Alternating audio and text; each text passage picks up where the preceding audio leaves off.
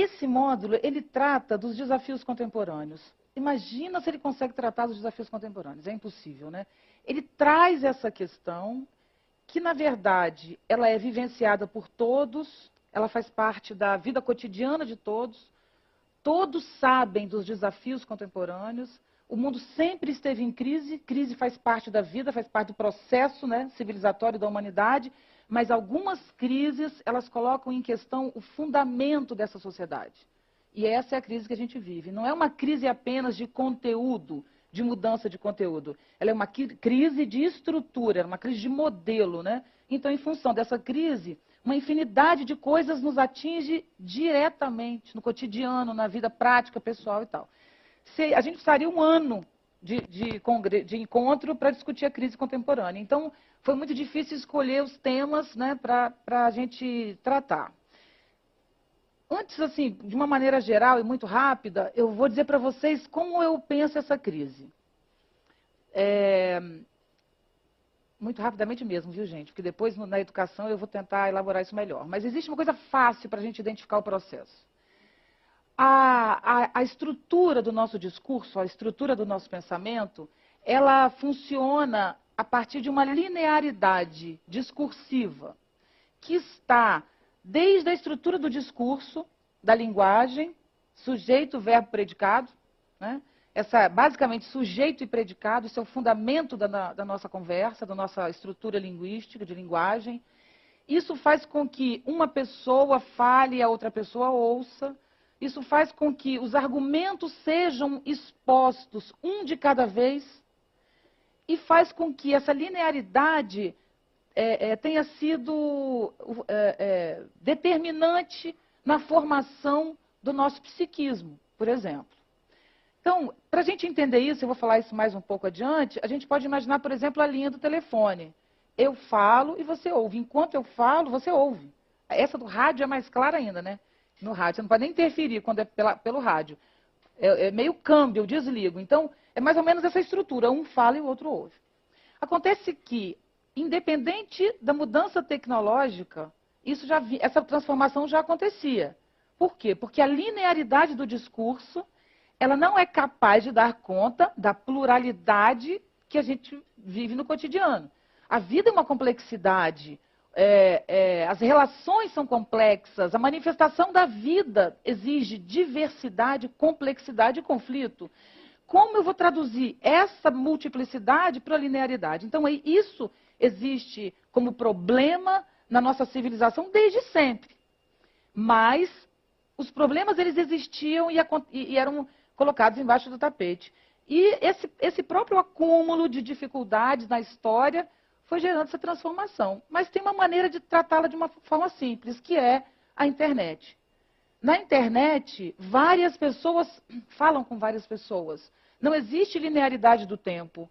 Há um novo conceito de tempo, há um novo conceito de encontro, e que acaba gerando um novo conceito psíquico, de estruturação, de possibilidade de comunicação.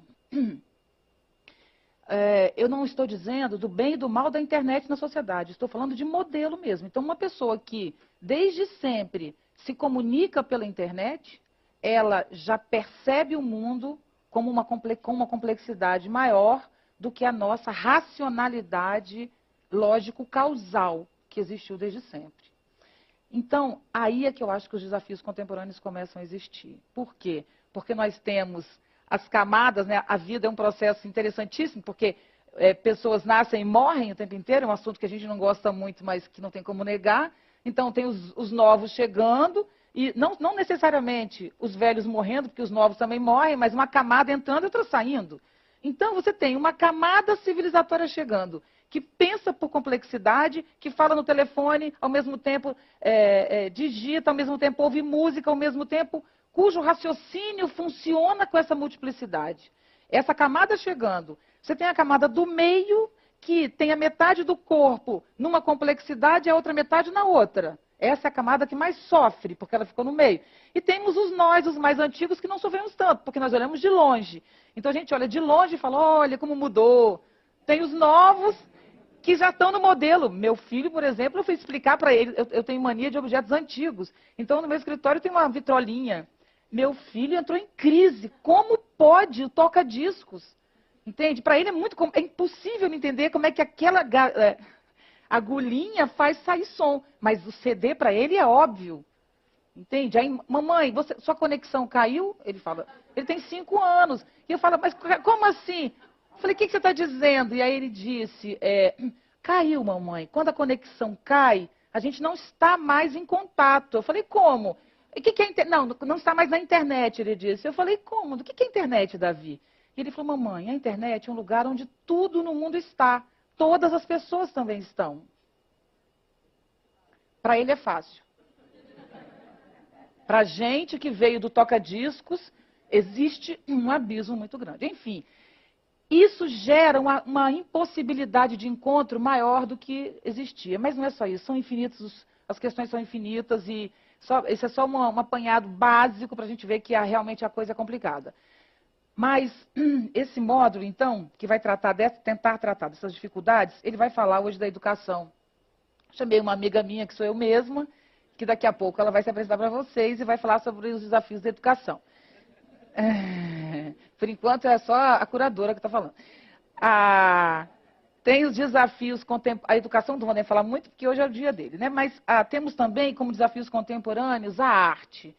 No desafio da arte, nós convidamos o Henrique Dias, diretor de teatro, um grande diretor, está hoje em cartaz com Inonite, uma peça super bacana em cartaz, com Fernando Eiras e Emílio de Mello.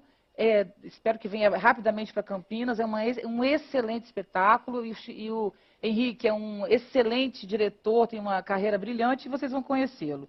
Temos também o Marcos Chaves, que é um artista plástico extremamente inovador, que trabalha com várias linguagens, um excepcional artista, profissional e tal, e ele vai fazer essa mesa com a gente sobre os desafios da arte. Depois nós vamos ter os desafios do trabalho agora estou até esquecendo se a data está correta, mas acho que sim, com o professor Marcos Cavalcante, que é da COP da UFRJ. Ele vai falar sobre sobre os desafios do trabalho. Vocês imaginem o que são as relações profissionais nesse novo modelo, né? É um dos desafios talvez maiores que a gente vive, além da educação, talvez seja o desafio do trabalho. A arte também é um desafio, mas a arte se reinventa talvez com mais facilidade. E o professor Oswaldo Giacoia Júnior, que é um excelente professor, amigo meu, queridíssimo aqui de Campinas. Nós vamos conversar sobre os desafios do pensamento. Como o pensamento se depara, como a academia se depara, como a universidade se coloca nesse espaço, como lidar com esses desafios conceituais. Pronto, acabei. Agora sou eu, sou a Viviane Mosé. Eu venho falar para vocês sobre os desafios da educação. Saibam que os desafios da educação não se localizam apenas na escola. Mas eu vou me dedicar um pouco à escola. Porque a escola, segundo um inspirador profundo, inspirador meu é muito engraçado, né? Uma pessoa que me inspirou muito, um inspirador, que é o professor Rui Canário, da Universidade de Lisboa. O professor Rui Canário, eu tive o prazer de entrevistá-lo.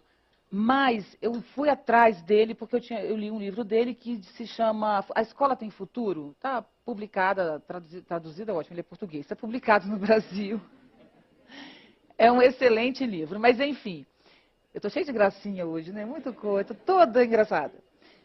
É que eu estou feliz, Mas o Rui Canário, ele diz uma coisa bombástica. Ele diz o seguinte, ele diz que a primeira frase é simples, mas a conclusão é impressionante. Ele diz, nós vivemos um extremo ou imenso desenvolvimento tecnológico, inegável, fibra ótica, né? É impressionante o desenvolvimento tecnológico que vivemos. No entanto, vivemos uma proporcional imaturidade política e social. Existe um abismo imenso, porque se a sociedade se desenvolveu como pensamento ou como tecnologia, ela retrocedeu. Também é difícil falar retrocedeu, porque não sei se vivemos momentos muito diferentes. Mas, a princípio, sim. Nós vivemos uma imaturidade política e social provavelmente maior do que em tempos anteriores. A imaturidade cada vez cresce. A impossibilidade de convivência aumenta a cada dia. Agora, o mais importante é a que ele atribui a isso. Ele diz que isso é consequência do modelo escolar. Para o professor Rui Canário, a nossa escola produziu imaturos políticos e sociais. É isso que eu vou argumentar. Foi partindo desse princípio que a minha cabeça deu um giro e eu hoje me chamo educadora. Porque realmente eu fiquei muito impressionada e a educação hoje é o meu maior foco de atuação. Porque eu fiquei muito tocada com essa possibilidade. Então eu vou tentar passar para vocês uma possibilidade de interpretação sobre isso. O que é o nosso modelo escolar? Nosso modelo escolar ele tem 3 grandes características, influências. Eu tinha 2, mas hoje eu acrescentei mais uma, vocês vão entender. As 2 são, primeiras, a industrialização tardia. Segundo, o regime militar no Brasil. Então, como é o modelo escolar brasileiro? Até a década de 50, o Brasil possuía um tipo de estrutura escolar que era muito voltada para a reflexão, para o pensamento. Então, nós tínhamos literatura, nós tínhamos filosofia, arte, a formação era ampla, era uma formação aberta, questionadora e reflexiva. Mas era uma escola elitista, era uma escola voltada para poucos, era uma escola que se dedicava a formar lideranças. Por isso, eu ainda me lembro, eu não cheguei a fazer isso que eu vou dizer para vocês, mas meus irmãos sim, chamava-se admissão. Você fazia a primeira, segunda, terceira série. Você passava na terceira série, mas você não entrava na quarta série. Você precisava fazer um vestibular para saber, só os melhores entravam no ensino médio. E, obviamente, os melhores ainda entravam na universidade. Então, esse é um mecanismo de exclusão necessário na época, quer dizer, completamente incorreto no meu ponto de vista, mas considerado necessário por quê? Porque a educação, ela era uma premiação, não premiação, um outro nome, ela era um favorecimento a determinadas pessoas, ou de uma classe, ou de uma intelectualidade tão grandiosa, mesmo sendo a classe popular, que teria direito a chegar. Então, a educação era o prêmio dado aos melhores. Com a industrialização no Brasil, houve necessidade de ampliar a mão de obra para o mercado. As pessoas precisam saber ler, escrever, precisam saber minimamente pensar para dar conta dessa demanda industrial que estava surgindo. Então, nasce a chamada escola de massa, a escola para todos. Todos devem ir para a escola. Isso é uma frase difícil. Não é simples assim dizer, colocar todos na escola. O mais importante da educação não é colocar todos na escola. Porque a escola não é um depósito de pessoas. A escola ela tem que ter qualidade. Enfiar pessoas na escola, entupir a escola de pessoas, isso não significa absolutamente nada no que diz respeito à educação. A educação não se faz com paredes e pessoas empilhadas, que infelizmente é a nossa situação hoje.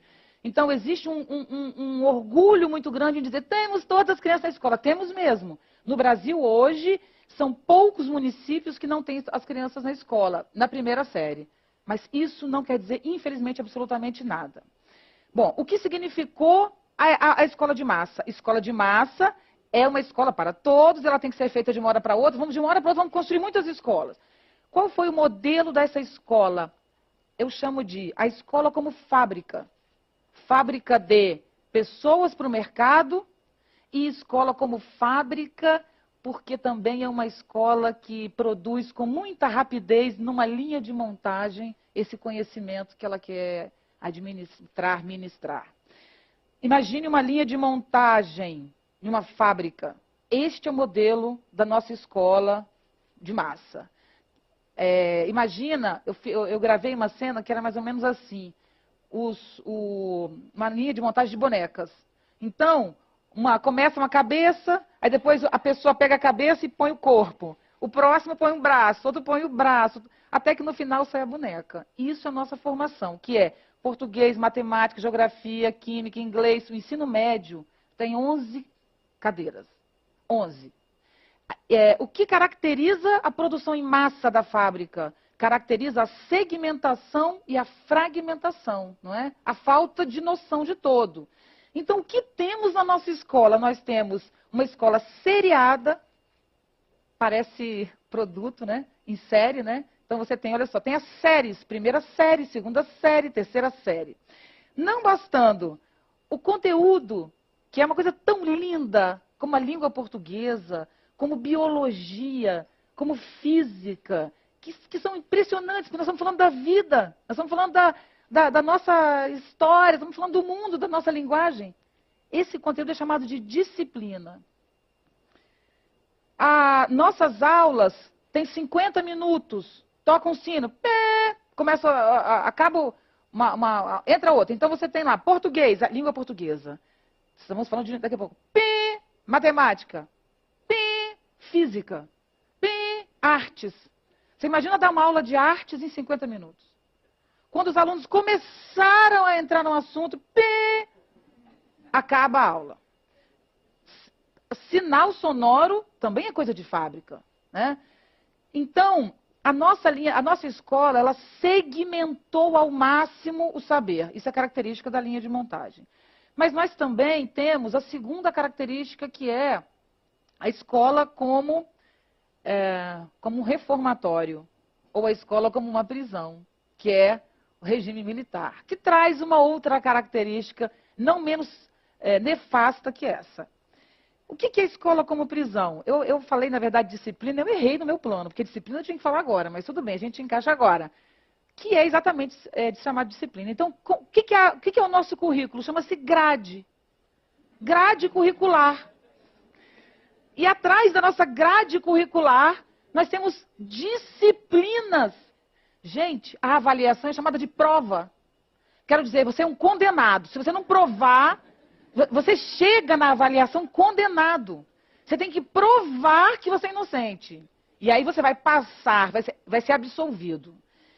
A necessidade de construir essa escola dessa maneira, ela diz respeito especificamente a uma outra necessidade ou desejo dessa sociedade, que era produzir passividade, disciplina, ausência de questionamento e crítica, repetição e não criação de conteúdo. E essa estrutura, ela tem também um outro fator inacreditável, e eu gosto muito de falar disso, para chamar a atenção dos nossos arquitetos, que é em que lugar do Brasil os arquitetos estão repensando a estrutura da escola arquitetônica? Como assim as nossas escolas? São salas pequenas, isoladas, com aqueles corredores imensos.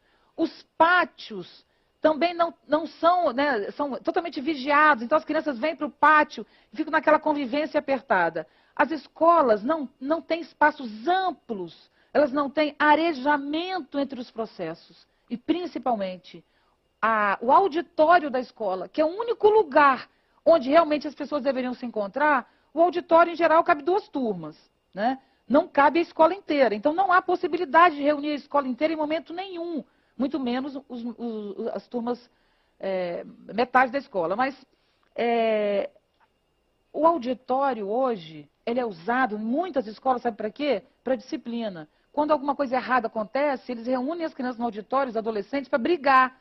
Então, quando fala em auditório, é para briga. Ou então é um filme, mas em geral sem muito debate. Passa o filme no auditório, depois cada um vai embora. Então, nós perdemos a noção de conjunto, de unidade, de participação e de relacionamento. Isso fez com que, além da passividade da repetição, a nossa escola se tornasse um espaço isolado. Qual é a característica mais importante da escola como prisão, como reformatório? É que colocar as crianças na escola se tornou afastá-las da rua. Por que a gente tem que ter as crianças na escola? Porque a rua é violenta, para elas não se envolverem com droga. Peraí, mas a droga é um problema da escola também? Quero dizer, a escola ela é culpada por tudo? Então, é na escola que nós vamos resolver o problema das drogas, é na escola... E cadê o pensamento? E cadê a discussão? E cadê a produção de conhecimento? Então, é quase uma penalidade para as crianças estar na escola. Além de ser tratado como uma penalidade, as crianças, estando na escola cada vez mais tempo, porque hoje é fácil dizer isso, mais tempo na escola, coloca escola em tempo integral, as crianças em tempo inteiro na escola. Mas se a escola é um espaço isolado, fragmentado, voltado para a disciplina, com uma hierarquia absurda, onde o aluno deve respeitar o professor, mas o professor não tem responsabilidade de respeitar o aluno, como esse aluno vai aprender cidadania? Ética. Cidadania não exige que as pessoas vivam na cidade? A escola não vai à cidade. Nossa escola brasileira não frequenta os museus, não frequenta os parques. Toda escola devia, antes de tudo, ter ônibus para poder levar essas crianças para a rua.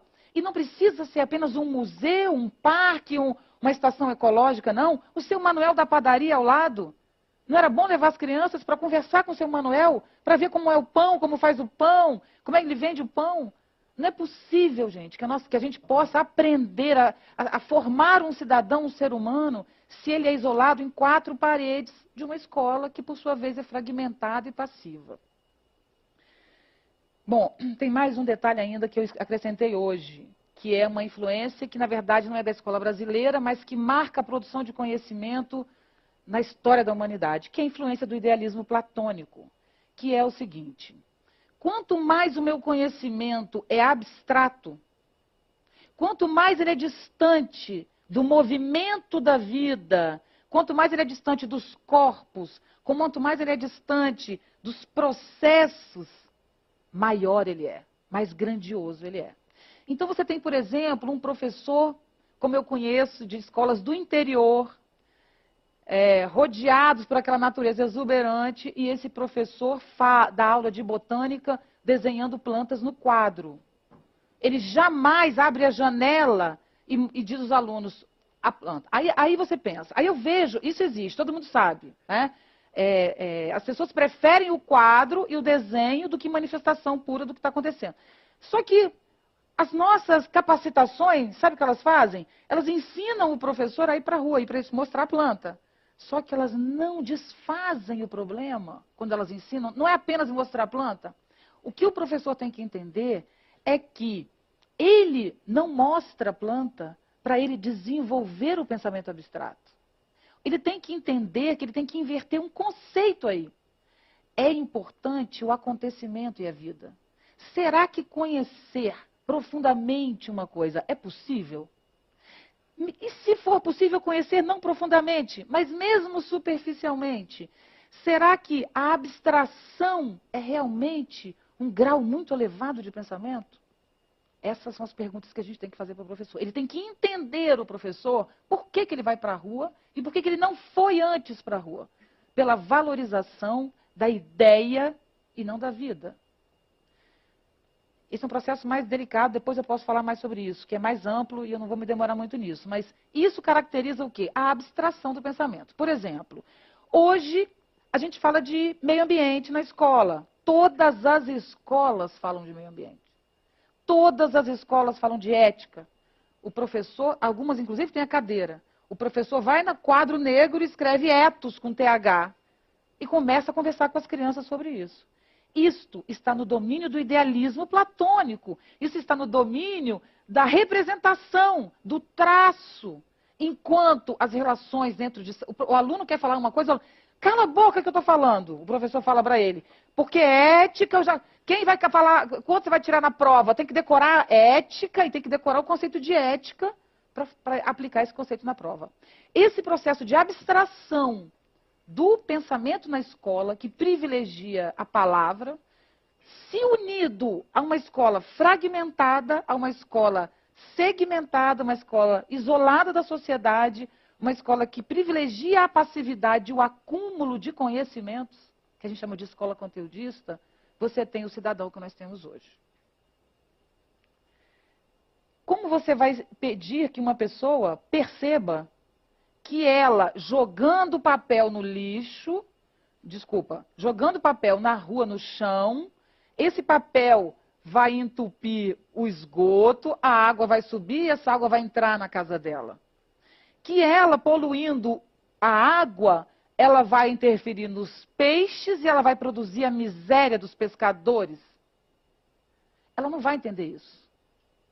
Porque isso é um processo de complexidade, mesmo porque ninguém pode, na hora de jogar o papel, pensar em tudo isso. É impossível. Então, é preciso que a gente seja capaz de perceber o todo para falar de meio ambiente. Senão é um discurso vazio. Decorar a importância de não jogar papel no lixo torna as crianças excessivamente paranoicas. As crianças hoje têm um pavor. Né? Eu tenho um filho pequeno, eu vejo isso.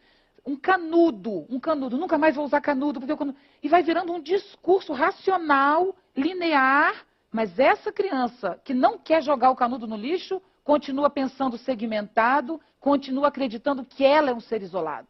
E ela não é um ser isolado. A ética, por exemplo, ela não pode ser pensada como vou ser boa para a sociedade. Não, eu não vou maltratar, porque eu sou uma pessoa ética, porque eu cuido do outro. Não é isso que é ser ético. Ser ético é cuidar de si mesmo, porque o outro é o si mesmo. As relações são complexas, não existe o um. Isso a gente devia aprender em matemática. O um é uma abstração. Por quê? Porque todas as coisas se conectam, inclusive a nossa visão que separa. As coisas não se separam. O nosso cérebro tem capacidade de pegar as coisas que... Na verdade, o nosso cérebro ele recebe um monte de informações isoladas, né? Então, nós temos alguma capacidade de juntar isso num todo. Então, nós percebemos as coisas isoladas porque é característica do cérebro humano, de associar coisas, de juntar o que é semelhante. E a gente dá, então, uma síntese. É um processo cognitivo próprio do ser humano, até mesmo para a gente conseguir se deslocar. Mas as coisas em si estão conectadas. Então, cada gesto que a gente tem no mundo, cada mínimo gesto que a gente tem no mundo, ele cria uma infinidade de desdobramentos que vão refletir, por exemplo, no seu bisneto, seu tataraneto. Não estou nem falando do meio ambiente. Eu estou falando de uma atitude sua, às vezes, de desrespeito. Muitas vezes o seu bisneto vai pagar por uma atitude de maltrato que você cometeu com alguém, porque isso não tem como se afastar, como se isolar. Enfim, como pensar o todo numa escola fragmentada? Isso realmente é impossível. Então, o que nós precisamos na nossa educação? Não, antes ainda, que é a minha cola. Não posso pular a cola, eu me empolgo e pulo a cola. Toda vez eu pulo a cola. Vamos lá. Felizmente, vamos para o lado bom. Nós temos uma sociedade fragmentada. E um detalhe também, gente, não pensa que a escola é fragmentada porque teve alguém mal que fragmentou a escola.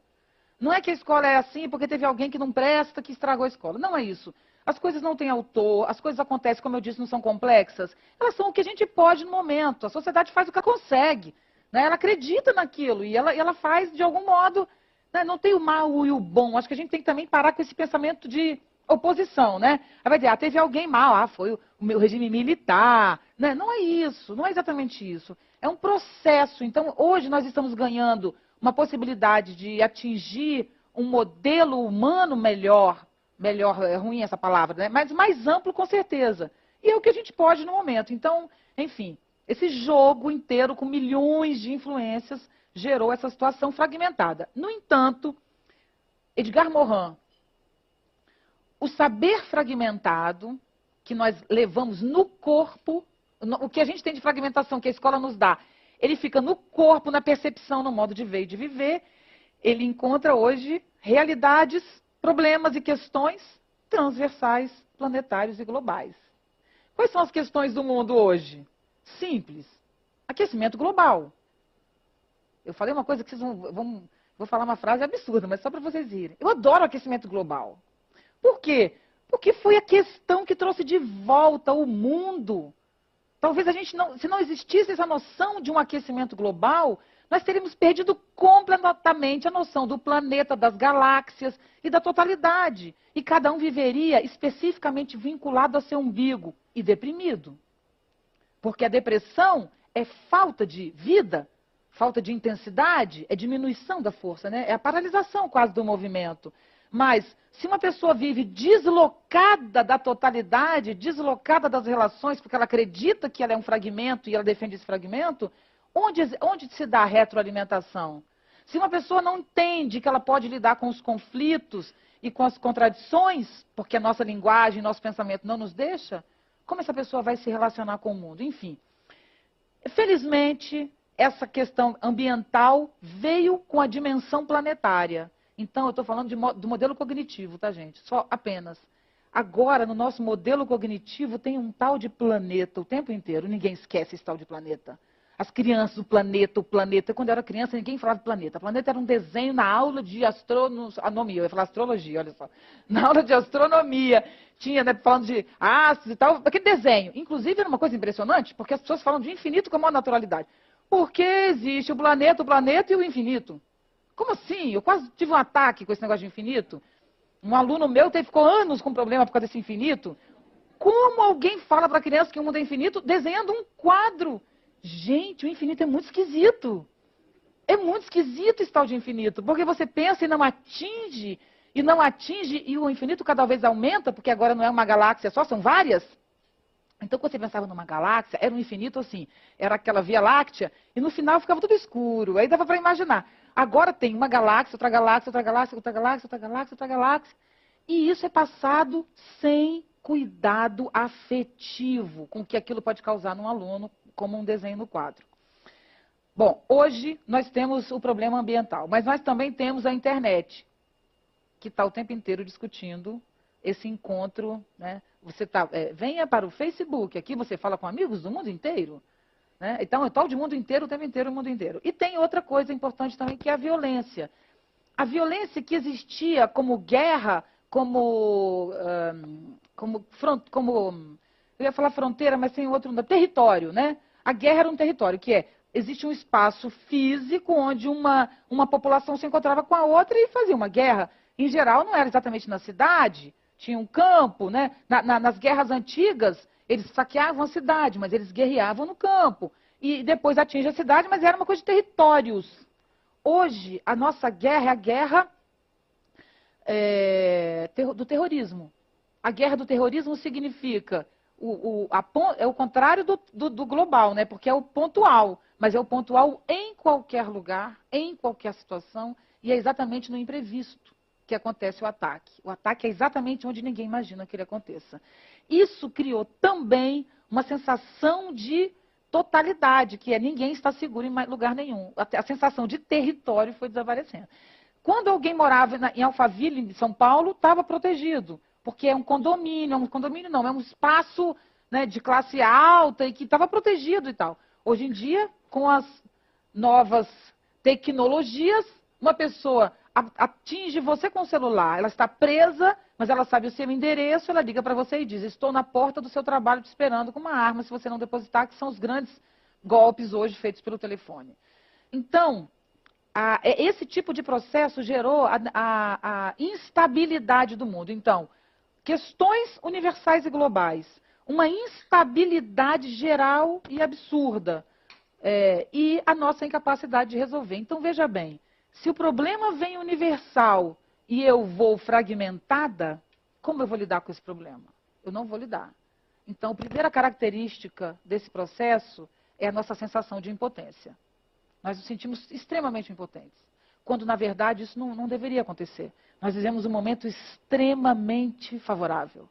Extremamente favorável. Eu brinquei com a ideia de que eu adoro o aquecimento global, mas ainda bem que isso existe como assunto, né? Porque isso nos impulsiona para uma encruzilhada. Ou seja, qual é a encruzilhada que vivemos? Ou vamos construir novas possibilidades de vida e sociedade, ou não existirá sociedade.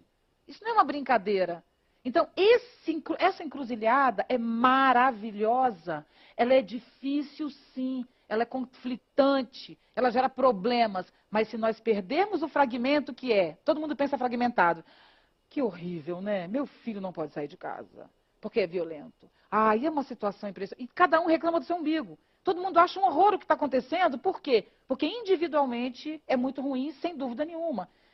Pensa, como diz o Edgar Morin, transnacionalmente, pensa globalmente. Nós estamos hoje com crianças pensando no meio ambiente.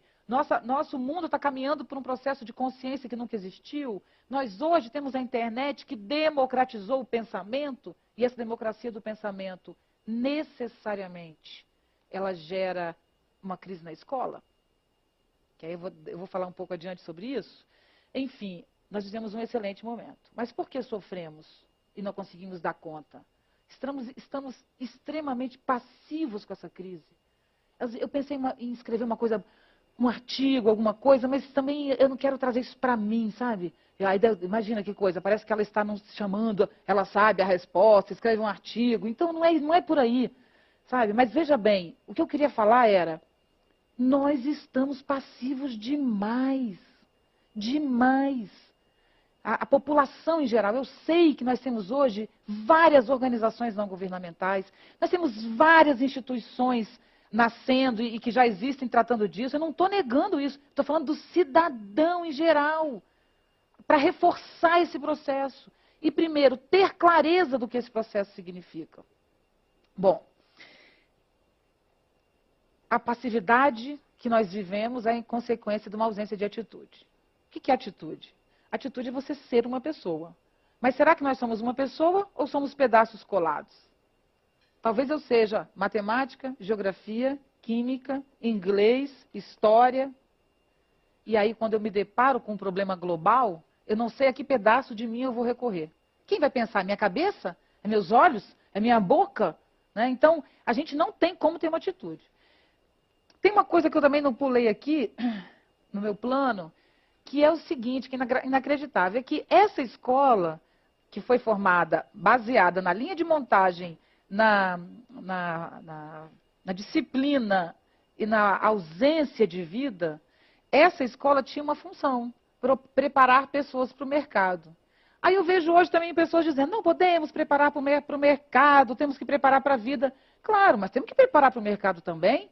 Ora, nós vivemos uma sociedade que produz, que compra e vende. Claro que o mercado existe. Agora, alguém hoje está preparado para o mercado? Não! A nossa escola não prepara para o mercado. Nós vivemos uma crise de liderança. Nós temos pessoas que sabem fazer o trabalho mandado, mas nós não temos pessoas que saibam liderar. Liderar não é oprimir, liderar não é diminuir, liderar é coordenar um processo que pode ser ético e respeitoso. Nós não temos também essa categoria, isso no sentido das empresas mesmo, existe essa carência, né? Então, a nossa escola não está preparando o ser humano para a sociedade e para os desafios que ela vive, tanto que somos imaturos sociais. A escola não está preparando para o afeto, para viver individualmente. Nós não estamos preparados por causa do fenômeno da depressão. Olha a depressão! A depressão é o maior fenômeno. Saiu ontem no Globo, não sei se vocês viram, uma matéria impressionante falando que em 20 anos a depressão vai ser a maior doença de todos os tempos, a maior preocupação da Organização Mundial de Saúde. Vai ser a depressão. Que já é, mas que cresce em graus assustadores agora no terceiro mundo. A depressão era um fenômeno de primeiro mundo muito marcante, mas agora o terceiro mundo começa a desenvolver também esse processo aceleradamente. E sem condição de tratá-lo, e aí a coisa vai criando essa cadeia.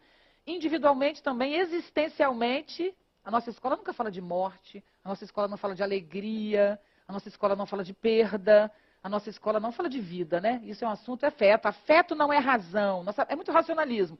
Afeto você cuida na igreja ou em casa com a mãe. A escola não trata disso. E a nossa escola também não prepara para o mercado. Então a escola nos desprepara. Vou fazer uma pausa aqui, importantíssima. Eu estou dizendo tudo isso, gente, mas eu não estou falando de todas as escolas, por favor. Nós temos escolas maravilhosas, maravilhosas. Nós temos iniciativas incríveis no Brasil inteiro. Isso é um ponto. Eu não estou isolada, eu não estou falando uma coisa do meu pensamento, eu estou falando que eu aprendi com os professores, com os diretores. O que eu estou falando, eu aprendi com os bons professores, porque eu tive a sorte de viajar o Brasil inteiro gravando um programa sobre educação. Eu aprendi. Então, temos sim uma grande quantidade de pessoas que têm consciência disso, que briga por isso, que é em nome delas que eu estou falando, não é em meu nome. Outra coisa que eu queria chamar a atenção é, a escola pública não é diferente da escola particular. O problema que eu estou identificando aqui está presente igualmente na escola particular. Então, o pai que paga R$2.000 para o seu filho fazer um ensino fundamental, não tem nenhuma garantia de estar com o filho numa boa escola. A escola particular, na maioria dos casos, ela é pior, porque na escola particular, o projeto pedagógico da escola, muitas vezes, é definido pelos pais. Um pai puxa para um lado, outro pai puxa para o outro, outro pai puxa para o outro. Então, para onde a escola vai? Para lugar nenhum, ela vira um Frankenstein. Começa assim, a escola aberta, porque tem uma metodologia interessante, ela vai com uma metodologia nova. Aí vem um número de pais que não concorda e puxa para o lado retrógrado. Então, a escola fica metade nova e a metade retrógrada. Então, isso para a criança é um absurdo. É melhor que a escola tenha um modelo antigo do que ter um modelo esquizofrênico. Então, as nossas escolas particulares, na maioria, têm modelos esquizofrênicos de conduta, porque seguem quem paga. Se você falar numa escola boa, se existe uma escola boa, é a escola pública. Quando a escola pública é boa, ela é melhor do que a escola particular. Porque ela tem ali pessoas comprometidas e um projeto pedagógico que não vai ser arrastado para qualquer lado porque que o pai pediu. Não. Existe um trabalho ali que vai ser respeitado. Infelizmente, as nossas escolas públicas boas são poucas. Mas quando são excepcionais. Aí nós temos exemplos, né? Tipo Escola Pedro II, que tem ou as escolas de aplicação das universidades. Mas não é isso não.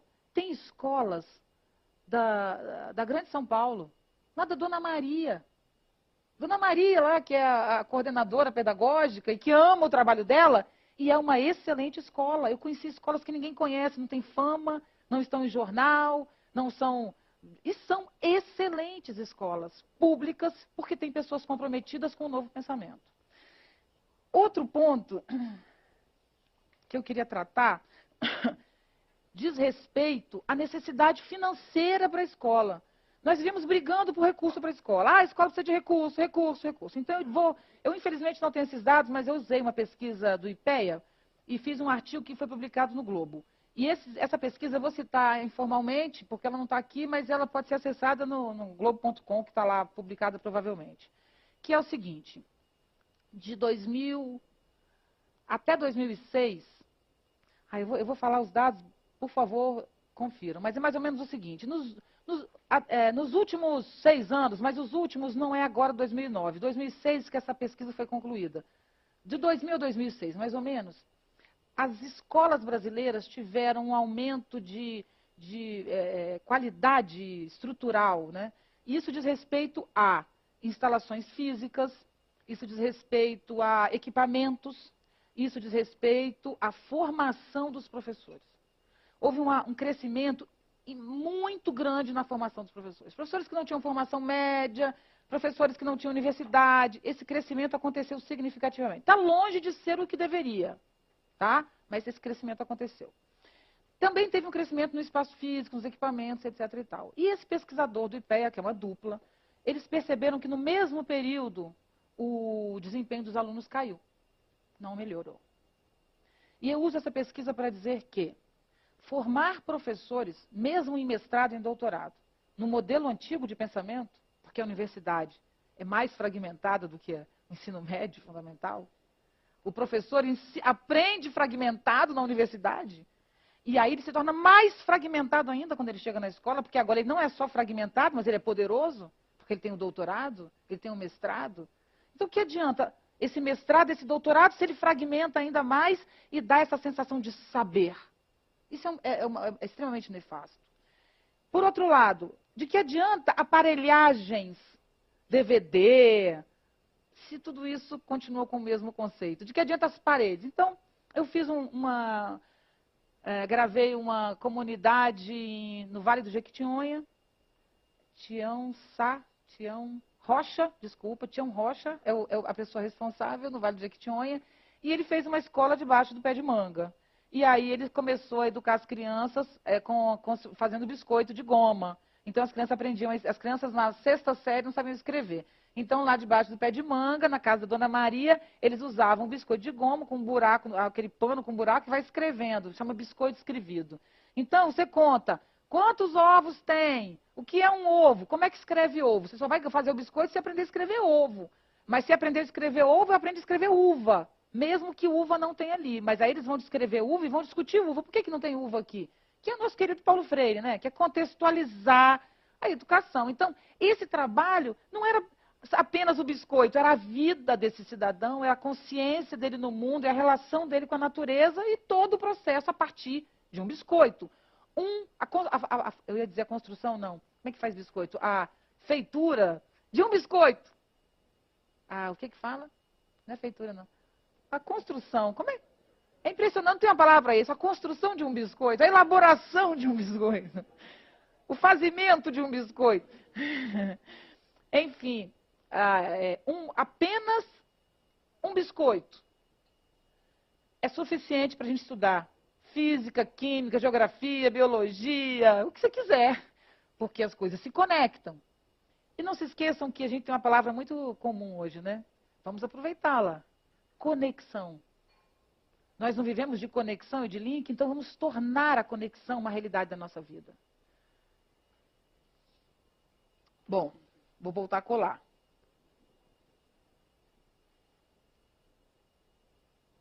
Precisamos de uma mudança conceitual. Não precisamos de uma mudança apenas na escola. Aí agora a gente deixa a escola, porque a escola, eu usei o argumento do Rui Canário, de que a escola é responsável por essa coisa fraca que nos tornamos, né? Por essa coisa débil. Vamos assumir. O que somos nós, gente? O que nós somos? Nós somos medrosos, nós somos angustiados, nós temos medo de sofrer, que sofremos o triplo, porque temos tão pavor do sofrimento. Nós odiamos obstáculo, nós odiamos pensar. Odiamos pensar. Nós gostamos do que vem pronto, do que vem mastigado. Nós não sabemos nos relacionar. Nós perdemos a noção do corpo, então nós não temos a capacidade de toque, de visão, de audição.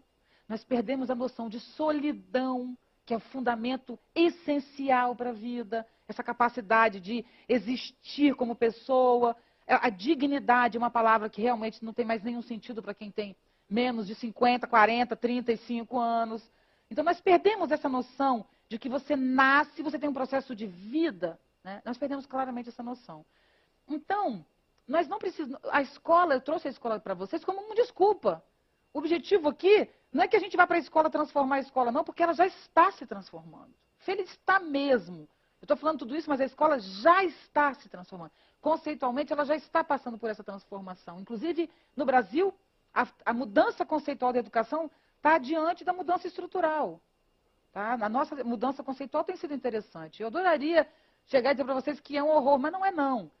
Conceitualmente, há mais ou menos 15 anos, não é recente, há mais ou menos 15 anos que um grupo de pessoas tem pensado a educação no Brasil nacionalmente. E eu admiro essas pessoas e estou aqui para apoiá-las, porque o objetivo é que a coisa funcione independente de quem está fazendo. Mas o que nós precisamos mesmo é de uma mudança conceitual. Nós precisamos aprender, reaprender a ver, a ouvir, a pensar, antes de qualquer maneira. Qual é o modo de que modo nós olhamos as coisas? Nós olhamos de que modo? Eu, que sou uma identidade, uma unidade, né? Um sujeito, dona da minha ação, eu olho para você. Isso é um gesto linear. Então, quando eu olho para ela, eu só olho para ela. E mais, eu é que pratico a ação de olhar, porque eu sou o sujeito da ação. Mas, na verdade, eu só posso olhar para ela, eu só a vejo, se ela se impõe a mim. É ela que me invade. E aí eu vou realmente vê-la como totalidade. Aí eu não estou me separando dela. Existe o ver, eu estou envolvida nessa situação de ver. Então, quando eu digo que eu amo, eu estou dizendo a mesma coisa. Eu amo o João. Então, quem ama sou eu. Alguém aqui ama alguém? Não é verdade. O amor é um afeto muito mais amplo e mais complexo e não está ao seu alcance nem no seu controle.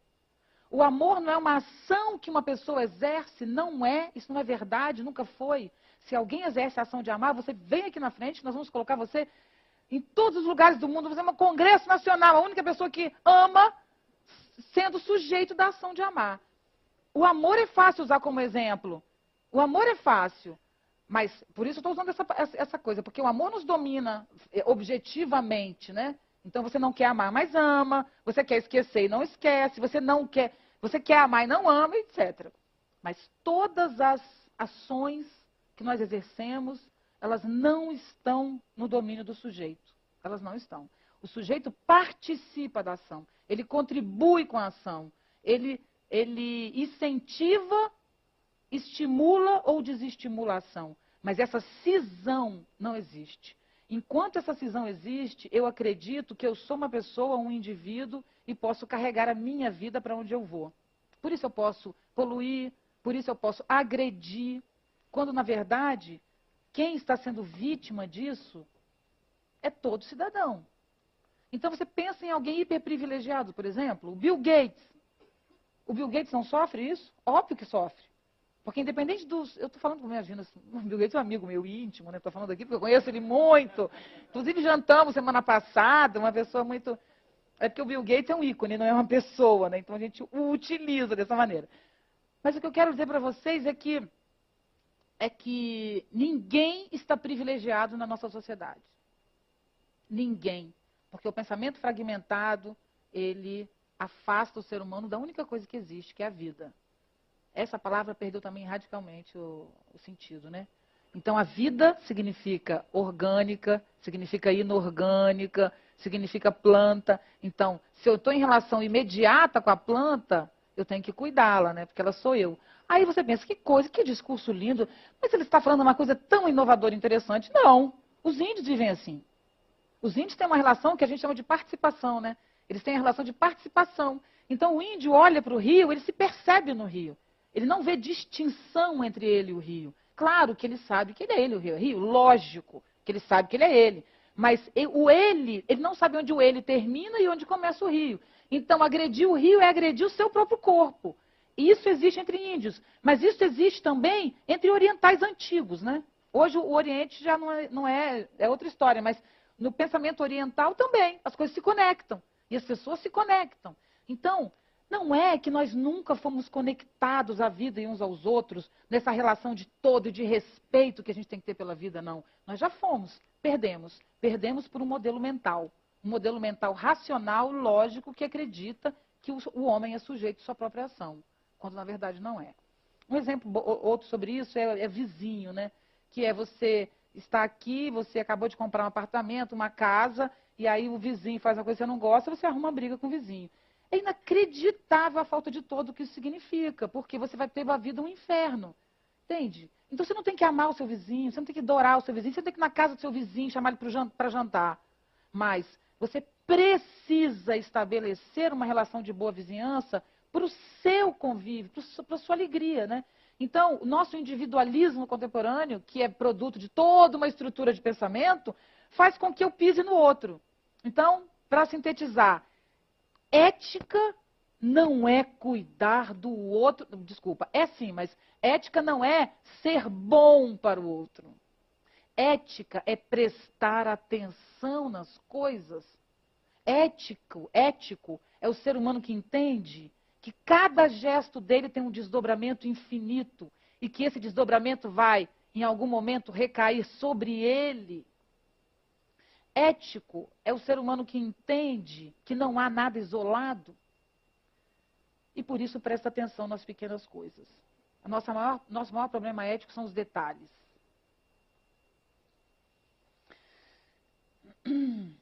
Então, precisamos aprender a ver, viver e pensar.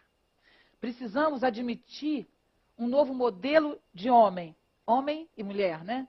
Eu não tenho problema com essa coisa de chamar a humanidade de homem, não, tá, gente? Homens e mulheres, homens e mulheres. Político que fala isso, não pode falar homem sem falar mulher. Homens e mulheres. Eu acho que o homem é o ser humano e ficou assim, convencionado, isso não é um problema para mim. Homens e mulheres estão envolvidos na palavra homem, humano. Então, nosso modelo mental é pensar uma coisa de cada vez. E criticamos os jovens que pensam vários ao mesmo tempo. Então, temos que reconstruir essa complexidade interna e essa complexidade de percepção. Eu posso perceber todos vocês ao mesmo tempo e posso me dedicar a ela. Mas eu não perco vocês quando eu estou olhando para ela. Um exemplo bobo, por exemplo, que eu vou dar para vocês. Eu estou aqui falando para vocês. Eu estou falando para vocês, para essa plateia do CPFL hoje. Se fosse outra plateia, eu teria dito outras coisas. É isso que é a realidade. Vamos admitir. A não ser que eu tivesse trazido tudo pronto, né? Eu só trago uns rabiscos. Então, eu estou falando porque eu estou recebendo de vocês alguma coisa. Eu estou notando vocês, então eu presto atenção. Eu estou falando para você. Se fosse outra plateia, como é, amanhã não que é sábado, mas terça-feira, quando eu tiver uma nova plateia, eu vou falar de outra maneira. Mas nós achamos lindo a pessoa que já chega com tudo pronto. Nós achamos lindo. Ela chega com tudo estruturado. Ela fala sempre do mesmo jeito. Ela tem sempre aquele modo de falar. Nós defendemos isso, assim como nós nos orgulhamos do rancor. Eu sou uma pessoa de opinião. Eu sou aquela que não esquece uma mágoa. Ela está provocando sua própria destruição e tem orgulho disso. E tem agora um outro momento interessante também, voltando para o Edgar Morin. Edgar Morin, a maioria deve conhecer, mas Edgar Morin é um pensador muito dedicado à educação, esteve no Brasil há pouco tempo, eu infelizmente não pude vê-lo. Ele tem 80 e poucos anos e eu considero o maior pensador contemporâneo. Primeiro porque se dedicou à educação, teve essa visão, né? Porque ele está trabalhando com educação, mas ele não está trabalhando com segmento educação. E isso é o problema, viu, gente? Quem aqui é educador pensa nisso. Trabalhar com educação não é tratar a educação como um segmento, porque aí depois nós, professores, ficamos isolados, ganhamos pouco e ninguém entende por quê. A educação não é dos professores, a educação não é daquele grupinho que trabalha aquela questão. A educação tem que ser pensada como um problema da sociedade como um todo. Então, o Edgar Morin trata a educação como o quê? Como a formação do novo cidadão. Ele trata a educação como política, como atuação na sociedade, né? Ele entende que a educação é o lugar de atuar na sociedade. E ele fala duas coisas muito legais. Fala muitas coisas legais, mas eu apontei duas aqui. Uma, que é divina, que temos que aprender a aprender. Nós não sabemos aprender. Mas mais do que aprender a aprender, nós temos que inverter uma lógica, que é, o que faz a escola? A escola ensina, né? E o aluno aprende. E ele diz, não, a escola tem que aprender. O professor tem que aprender. E a escola não pode mais ensinar. Então, a palavra ensinar, ela pode sair do nosso vocabulário, por várias razões. O professor não é aquele que ensina mais. O professor é aquele que estimula a aprendizagem.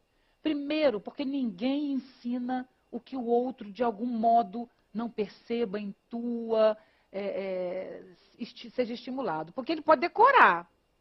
Mas aprender, a gente só aprende o que nos toca, afetivamente, humanamente, o que nos move. Então, ninguém ensina o que o outro já não esteja, de algum modo, pronto para saber, ou queira saber, ou tenha interesse em saber. Segundo, é que quando o professor ensina, ele é o centro da questão, né? Então, ele tem um poder hierárquico que atrapalha a relação de conhecimento, que é o abismo entre professor e aluno. E o terceiro ponto, que é bom para nós professores, que é o seguinte: com as mudanças tecnológicas, os conhecimentos mudam todos os dias. Um professor não tem condição de saber mais que o aluno o tempo inteiro em todas as séries. Não tem. O aluno sabe mais que o professor desde um aluno de 6 anos. Isso eu já ouvi de vários professores nas minhas palestras. Eu estava falando sobre... entrou na sala um bicho, não sei qual bicho. E aí a professora, muito contemporânea, uma ótima professora, falou, vamos conversar sobre o bichinho que entrou. É o certo. Trazer para a aula o que está acontecendo. Só que quando ela entrou, ela não sabia direito que era o bicho, mas o menino já deu a dica do bicho. Isso é uma libélula, e começou a falar do bicho. Mas era uma criança de 6 anos, entende? E ela falou, eu fiquei arrasada. Eu falei, não fique. Você é um educador. A gente tem que parar de ser professor e ser educador. Educador, ele não tem que saber o conteúdo, mesmo porque uma criança no Discovery, nesses canais, aprendem coisas que eu não sei. Meu filho sabe coisas que eu não sei, porque ele aprende. Então, tem jogos educativos interessantes e tal. Então, qual é o papel do professor? O professor é aquele que estimula o aprendizado. O professor não é aquele que sabe tudo, mas é aquele que tem interesse por tudo. Esse é o educador, esse é o professor. Então, o que é interessante nesse modelo que nos alivia como professor? Me alivia vir aqui falar para vocês. Por que me alivia? Porque quando acabar a gente abrir para as perguntas, vocês podem, algum de vocês ou alguns de vocês, dizerem coisas muito mais interessantes do que eu disse aqui. Vocês acham que eu vou ficar triste? Não vou. Alguém pode dizer assim, o que você falou não procede por isso, por isso, por isso. Eu vou ficar triste? Não, eu vou dizer, ótimo, deixa eu anotar aqui o que você falou. Obrigado, porque na próxima vez eu vou incluir. Eu não tenho obrigação de dar conta do conteúdo. Ninguém tem. Né? Por que ninguém tem? Outro problema do Edgar Morin, que é, problema que ele traz, maravilhoso, que é princípio de instabilidade. Porque a gente tem um princípio de identidade, né? O que é. Ele estabelece um princípio de instabilidade. Que princípio é esse? Todo saber é provisório. Se todo saber é provisório, meu querido, Você acha que eu estou falando que não é legal? Talvez seja mesmo, mas talvez o que você falou que é melhor do que o que eu falei também já não seja legal, porque talvez ele aqui já sabe uma coisa que é melhor do que o que você disse, ainda é melhor do que o que eu disse. Então, a internet acabou com o gueto do conhecimento. Ainda não acabou, mas felizmente vai acabar. Então, quem vai estar no auge? Quem vai ser o papa do pensamento? O curioso, o criativo, o instigador, o sempre disposto a novas questões. Não aquele que apenas acumula conteúdo. Porque quem acumula conteúdo não pensa. Pensar exige o vazio, a reflexão. Reflexão exige vazio. Vazio é não saber. Eu só aprendo quando eu não sei. Porque se eu sei, eu não aprendo, eu estou cheia. Então, como é que eu vou aprender se eu estou o tempo inteiro acumulando conteúdo, acumulando conteúdo? E tem ainda uma brincadeirinha que eu adoro fazer, sempre faço, que é o pendrive. Qual é a brincadeira do pendrive? É que o pendrive substituiu o antigo crânio. Crânio mesmo, não era crânio o nome? Esse cara é um crânio, né? Gente, crânio é um osso, é a cabeça, pelo que eu sei, até onde eu sei. Crânio é essa ossatura da cabeça. Então, por que a gente falava crânio? Por causa do acúmulo de conhecimentos na memória. Como essa pessoa sabe? Ela acumula tudo na memória, ela sabe a página do livro, ela sabe o nome de todos os filósofos.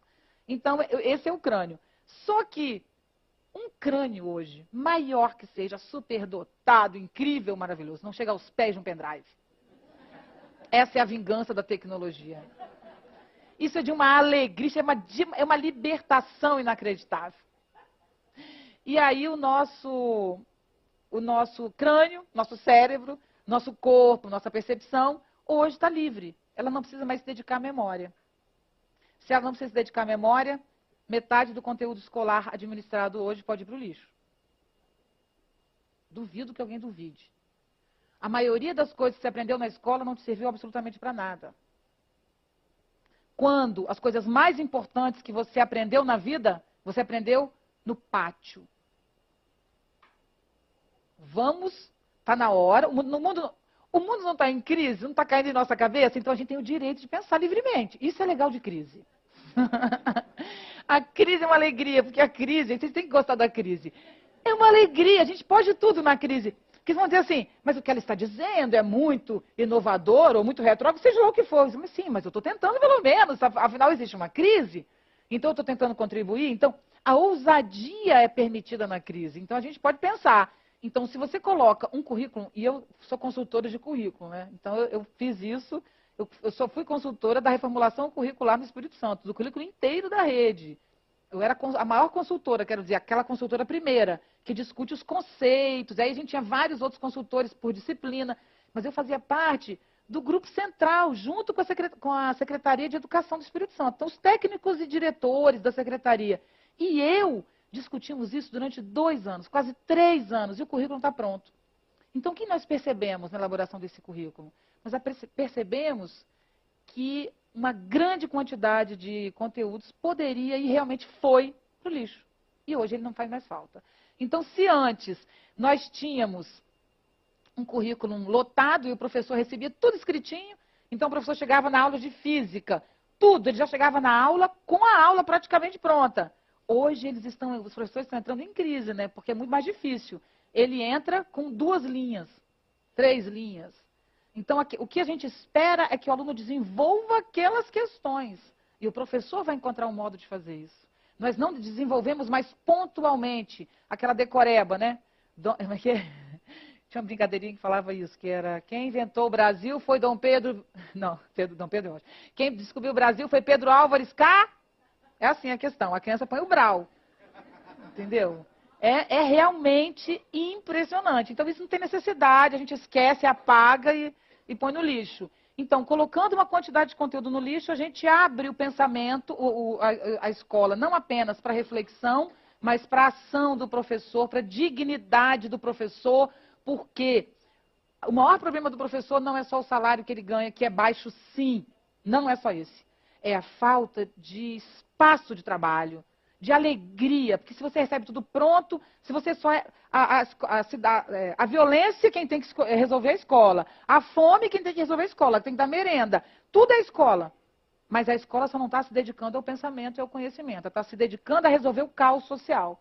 Enfim, isso não é bom para o professor. O professor tem que se sentir realmente vivo e alegre nesse processo. Bom, vou falar mais, meu tempo acabou. Eu tenho mais apenas duas coisas para falar, deixa eu ver se tem mais uma. Não, só tem duas e que são rápidas, que são o seguinte. Outra coisa que a escola tem que ter, além de princípio de estabilidade, aprender a aprender, retomar a reflexão e o vazio, ela tem que construir um ambiente democrático. Professores têm que ser respeitados, alunos têm que ser respeitados, funcionários têm que ser respeitados e ouvidos, o porteiro da escola, Paulo Freire diz isso há tanto tempo, o porteiro da escola é um educador e tem que ser tratado com respeito, mas talvez a coisa mais importante na escola seja construir daquele lugar um espaço democrático de convívio ético, antes de pensamento e conhecimento. Sem isso não existe possibilidade de produção de conhecimento. Não é perda de tempo cuidar disso, muito pelo contrário. Além do ambiente interno da escola ser um ambiente democrático e respeitoso e a preocupação com isso ser constante, a escola tem que se abrir para o entorno imediato, para a comunidade, para os vizinhos. Ela tem que se relacionar com esses vizinhos. Ah, como vai se relacionar se é uma favela e tiro? Ela não precisa se relacionar, não é ir para a favela e bater papo, porque se é perigoso ela não vai. Mas se a escola está do lado de uma favela, a escola tem que discutir a violência normalmente, cotidianamente. Porque, gente, se você entende o processo de exclusão social, você se defende dele. Mas se você não entende o processo, você é vítima dele. As crianças têm que entender que a exclusão é muito maior do que ela ter o cabelo crespo ou ser pobre. É um processo que está além dela. Ela não pode se sentir culpada dessa exclusão ou inferior por essa exclusão. E muito menos revoltada com essa exclusão imediatamente. Ela precisa descobrir modos de ação social. Por isso que política é um assunto de escola. Não partido político, óbvio que não.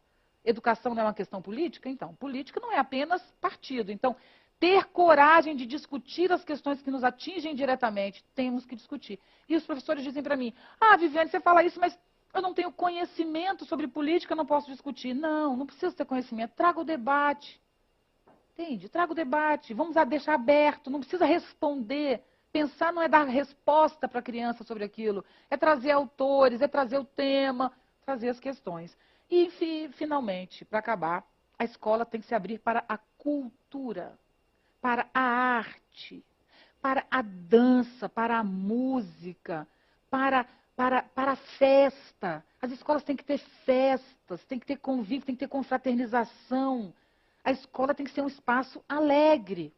E por isso ela precisa ir aos museus, às praças, às exposições de arte. A gente precisa trazer a arte para a escola e levar a escola para a arte também. Então, cultura é um assunto fundamental. E para sintetizar, por que cultura é tão fundamental? Eu estou fechando com ela. Porque a cultura é aquilo que conecta todas as coisas imediatamente. A arte não é segmentada. Entende? Você pode até falar teatro, dança, música, mas não é. Então, a arte é aquilo que nos congrega, que nos reúne num ambiente lúdico, né? A ludicidade da arte torna as dificuldades mais fáceis, mais alegres, né? E, finalmente, quando nós temos que discutir política na escola e o professor tem dificuldade, nós temos que discutir a morte na escola. Porque uma criança morreu, o jornal está escrito isso. Isso incomoda, né? Óbvio. Aí o professor disse, como ela falar da morte? Não tem preparação, não sou psicóloga, ela me disse. E eu disse, traz um poema. Apenas. Um poema sobre a morte, conversa com as crianças. Não responde, traga apenas a questão. Enfim, pessoas sensíveis esteticamente são pessoas mais éticas. Quem é sensível ao sofrimento também é uma pessoa respeitosa. Pessoas plastificadas não podem ser pessoas éticas. Enfim, eu acredito que o professor Rui Canário deu uma contribuição muito grande para todos nós. Que tudo isso vem dessa coisa, que é a escola não é problema da escola. A escola é problema da cidade. Das cidades, né? Ou nós criamos uma cidade educativa, uma cidade envolvida com a educação de um modo geral, ou nós não teremos nem cidade, nem sociedade e nem ser humano. Muito obrigada.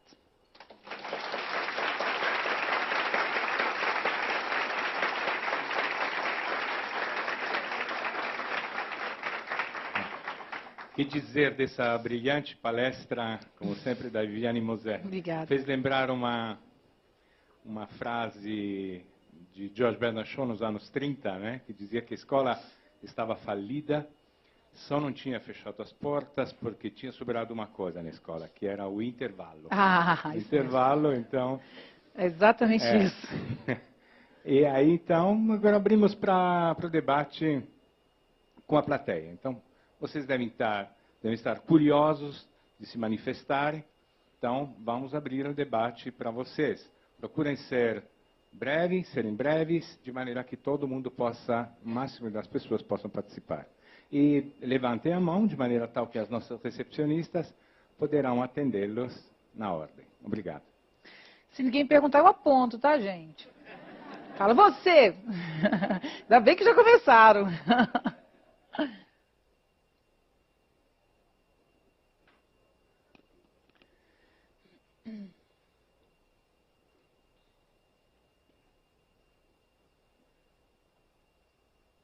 Primeiramente, parabéns pela palestra. Obrigada. Estou sendo bem objetiva. Eu gostaria que você falasse um pouco sobre a inveja na relação professor-aluno. Você fala um pouco dessa assimetria. É que hoje as crianças são tão assim, célula-tronco, né? E eu vejo assim, muitos professores, às vezes, incomodados com isso e abafando, inibindo essa possibilidade. Excelente, porque realmente esse é um problema que os professores vivem, mas eles não têm culpa. Culpa é uma palavra que eu não gosto, então eu não acho que culpa seja uma boa forma de discutir as questões. Mas o professor não tem total responsabilidade pelo seguinte: o professor, ele é cobrado o tempo inteiro o espaço do saber. Então, se o aluno chega com um saber maior que o dele, ele perde o lugar que ele tem. Por isso, o professor começa a competir com o aluno. O único modo da gente resolver isso não é tratando, não é impossibilitando o professor de sentir isso, é desautorizando esse lugar do professor como lugar do saber. Se o professor entende que ele não precisa, que ele apenas pode estimular, ele não vai ter essa relação. Agora, você realmente tem razão, total razão. O número de alunos hoje que chega sabendo mais que o professor é inacreditável. Se você tem uma criança de 6 anos que sabe mais do que um professor de 30, você imagina um adolescente de 14. Imagina um adolescente curioso de 13 anos que vive na internet. Ele não só sabe, como ele desafia o professor. Ele chega na sala, ele já pesquisa antes aquilo que não está no modelo para chegar e dizer: e o que o professor traz na sua formação? Um modelo antigo, muito antigo, independente da cadeira que ele está trabalhando. Então, esse conflito é muito grande. E isso é uma das razões da violência na escola, da falta de ética na escola, né? Então, eu volto à questão.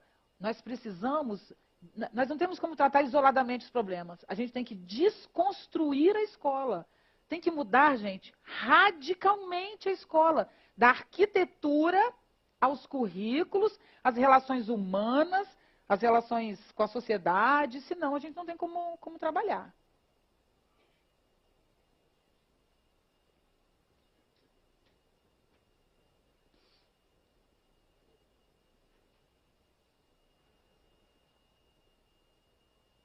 Boa noite. Boa noite. No início de sua fala, você disse que a escola hoje é como uma linha de produção. E se a gente pensar nesse termo linha de produção, isso nos remete automaticamente à filosofia de Karl Marx. Porque a gente não pode falar de linha de produção sem falar de Marx. E aí todos os conceitos que isso traz. Principalmente o conceito de alienação, onde o operário executa o movimento sem pensar. Então, se nós pensarmos a nossa escola hoje, você diria que a escola está levando o aluno a fazer isso? A executar sem pensar? A escola, será que está cumprindo seu papel de maneira contrária? Está deseducando ao invés de educar? Porque isso me lembra uma frase que uma vez o Ferreira Goulart disse, e que me deixou em crise também, que ele disse que o importante é desaprender. Então, como que entra esse conceito dentro da escola hoje como uma linha de produção? Olha, você me deu mais um item aqui para a minha palestra, porque realmente você lembrou muito bem. Alienação. Alienação é uma palavra é um conceito, na verdade, né, muito interessante. Por quê? A alienação é quando você produz alguma coisa que está desvinculada do seu processo de vida. Quero dizer, quando há essa segmentação do saber, é exatamente o processo de alienação. A escola é um espaço de alienação. A gente pode dizer claramente isso. Por quê? Porque existe o mundo como concretude, porque o mundo não é concreto, também não vamos entrar nesse domínio, que é muito profundo. Mas existe um mundo minimamente concreto. Minimamente, como a água, o rio, a planta, a comida, a roupa. Eu transformo esse mundo móvel, e intenso e constante em traços, em riscos. Quando começo a colocar esses riscos no quadro, eu peço a esse aluno que esqueça de onde esses riscos vieram. Isso é um trabalho metodológico dos professores, que eles fazem, inclusive, sem saber, que é, quanto mais abstrato, mais grandioso o saber. Então, quando você tem, por exemplo, uma criança no ensino infantil diretamente ligada à água, à chuva, porque no ensino infantil tem, as crianças brincam, se molham, né?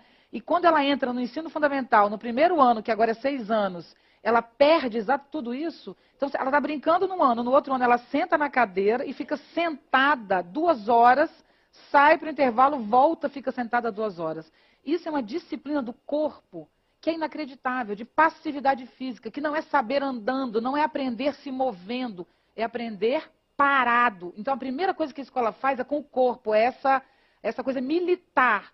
Depois, afastando a vida daquilo que está no quadro, o que você produz no final? Uma pessoa alienada, distante dos processos sociais, incapaz de interferir na sociedade. Aí eu disse no início, nós estamos passivos, eu adoraria escrever um texto sobre como. Claro que nós somos passivos, nós somos criados para sermos passivos.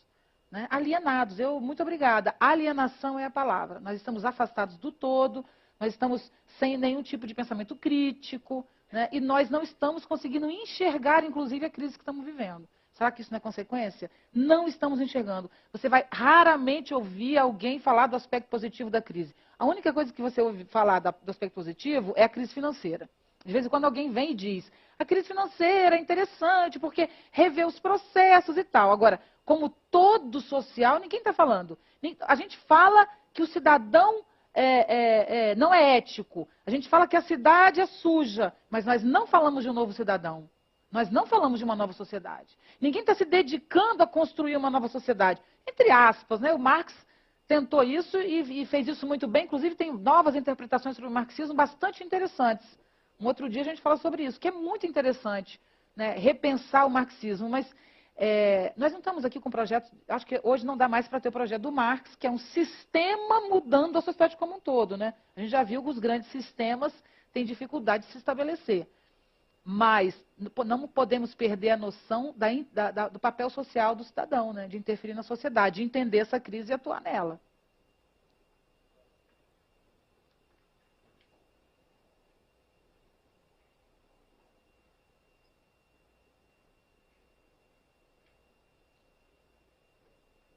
Boa noite, primeiro. Meu nome é Maísa, eu sou estudante de Ciências Sociais. Uma discussão que é muito frequente na nossa universidade é que o governo, em São Paulo, resolveu inventar uma universidade à distância, que, na verdade, é uma massificação do ensino de professores do ensino médio. Então, vai ser em 2 anos, vai formar professores à distância para dar conta do ensino médio, das salas entupidas do ensino médio, que foi o que você falou. Eu queria saber, você considera que a educação à distância ela é uma reinvenção da educação, do ensino, ou se a educação à distância é a crise total do ensino? Pergunta boa, essa pergunta difícil. Olha, tem 2 lados a questão. O ensino à distância, ele tem lados extremamente positivos, extremamente. Nós já estudamos à distância quando nós usamos a internet. Então, eu, por exemplo... demorei a perceber. Tenho 45 anos, eu ainda tenho Tico e Teco funcionando. Né? Então, eu demorei a entender que eu tenho acesso, por exemplo, eu estudo muito livros clássicos, porque é filosofia, com mais de 100 anos do autor morto. Então, eu tenho acesso livre a livros clássicos, porque não tem mais direito autoral, E, no entanto, eu ia para a biblioteca, ia para a livraria. Eu falei, gente, eu uso laptop, querida, presta atenção. Então, a gente tem que aprender a usar esse processo, que é gratuito, né? E aprender à distância, sim, quero dizer, com o livro na internet ou com debates, com salas de debate. Então, o ensino à distância não é um problema, pelo contrário. Agora, o que não dá é para usar o ensino à distância para tapar buraco. Entende? Não dá. Agora, o que eu fico feliz, sabe o que é? É que vai dar errado. Como vai dar errado, eles vão ter que abandonar, entendeu? Vai dar errado. É impossível mudar o nível dos professores ou melhorar o desempenho do aluno com esse tipo de formação. Eu vi a propaganda, o governo federal está fazendo isso, os estaduais também estão fazendo, mas realmente não adianta. Então, a mesma coisa que aconteceu antes, que eu fiquei impressionado com essa pesquisa do IPEA, que é, os professores melhoraram a sua formação, as escolas melhoraram a sua estrutura, tudo melhorou. E o desempenho dos alunos não mudou. Outra coisa que eu quero falar, já que você tocou em ensino à distância, é nos índices de avaliação que o governo criou. Há mais de 15 anos que está sendo estudado. Isso é extremamente benéfico. Apesar dele ter problemas por um lado, né, o modo, às vezes, como esse índice é usado, porque aí, o que acontece com o índice? O governo, a prefeitura, por exemplo, viu como é que estão suas escolas. Então, ela começa a pressionar os professores para mudar o índice. Isso é uma tortura para o professor. É uma tortura. Índice é uma tortura para o professor. Mas a existência do índice é excepcional. Por quê? Porque o índice ele é falho, e temos que tratá-lo como falho, mas ele dá uma dimensão, uma referência para a gente poder pensar. Quando aprendemos a usar os índices, eu acho que vai ser um grande ganho. Quando aprendemos a usar ensino à distância também. Mas volto a insistir, o problema é mais fundo, diz respeito à nossa humanidade. O problema não diz respeito à escola, e não tem política do governo que vai resolver. Se nós não entendermos que a humanidade tem que sair da sua eterna adolescência. A humanidade está naquela adolescência de eu quero e pronto, sabe? Vamos aprender a perder, aprender a sofrer, lidar com as perdas, com as contradições, né? Essa depressão, que todo mundo fica deprimido porque perdeu. Um monte de adolescente, então, essa desgaste, a exploração da natureza, né?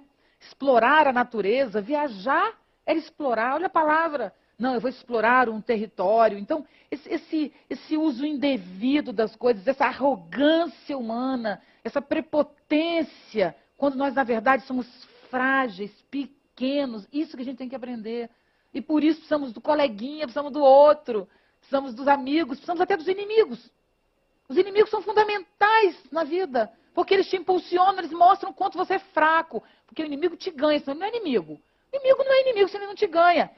E se ele te ganha, você descobre onde você não é bom, onde não é bom, não no sentido americano de ser bom, não, mas no sentido de autodesenvolvimento, de autossuperação. Então, o que está mudando, gente, eu uso a escola porque eu sinto que a escola é o centro onde essa inversão pode se dar. Ela é o problema e ela é a solução. Mas a grande questão é o conceito que o ser humano tem de si mesmo e do mundo. O mundo não é um lugar onde a gente veio para se dar bem. Não é. Entende? Vim para o mundo para me dar bem. Esse aí não tem valor para a vida. Isso não existe. Nem é uma pessoa alegre. Alegre é compartilhar. A alegria é compartilhada. Pensa nisso. A alegria é compartilhada. Então, por que esse isolamento, essa segmentação? Para que isso? Eu me sinto agora falando, parecendo até que eu estou fazendo uma coisa religiosa, né?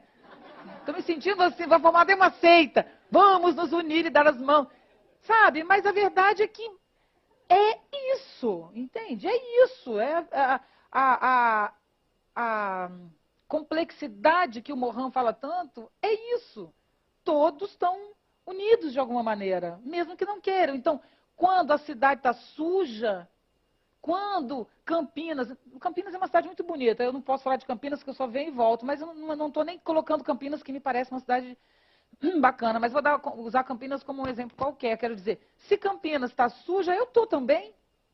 Se o mar está sujo, eu estou também, porque eu não posso nadar, mas não é só porque eu não posso nadar, porque mesmo que eu não goste de mar, entende? Eu vivo, eu estou conectada com esse processo. Então eu sofro quando as coisas estão com problema, sabe? Eu me toco com isso. E não sou só eu, não. Todo mundo se toca. A diferença é que eu me toco e choro. E quem se toca e não percebe que se toca, fica doente. Fica doente. fica deprimido, e não sabe por quê, não sei por que eu estou triste. Claro, o mundo está desabando, presta atenção. Acorda, e está desabando? Ainda bem que está desabando. Já devia ter desabado há muito tempo esse mundo. Agora, vamos tentar manter pelo menos uma paredinha na cabeça, não cair na cabeça. Ou então aprender a viver ao ar livre sem... Agora, é preciso afirmar a fragilidade e a provisoriedade, a instabilidade da vida do homem do saber. Acabar com os guetos de verdade, acabar com a prepotência da beleza. Eu sou linda, maravilhosa, vocês percebem, né? Aqui é linda, sou linda. Aqui é rica, eu sou rica. Aqui é... Aí cada um... E também tem o que se acha o máximo que sofre. Eu sofro. Cada um encontra um lugar, né? Eu sou linda, eu sou maravilhosa, eu sou poderosa, eu sou artista. Dane-se se você é artista. Entendeu? E daí? E daí que você é artista? E daí? O que eu tenho com isso? Ah, porque você é rico. E eu com isso? Eu tenho a ver, sim. Eu tenho a ver com o mundo, inclusive com você. Claro.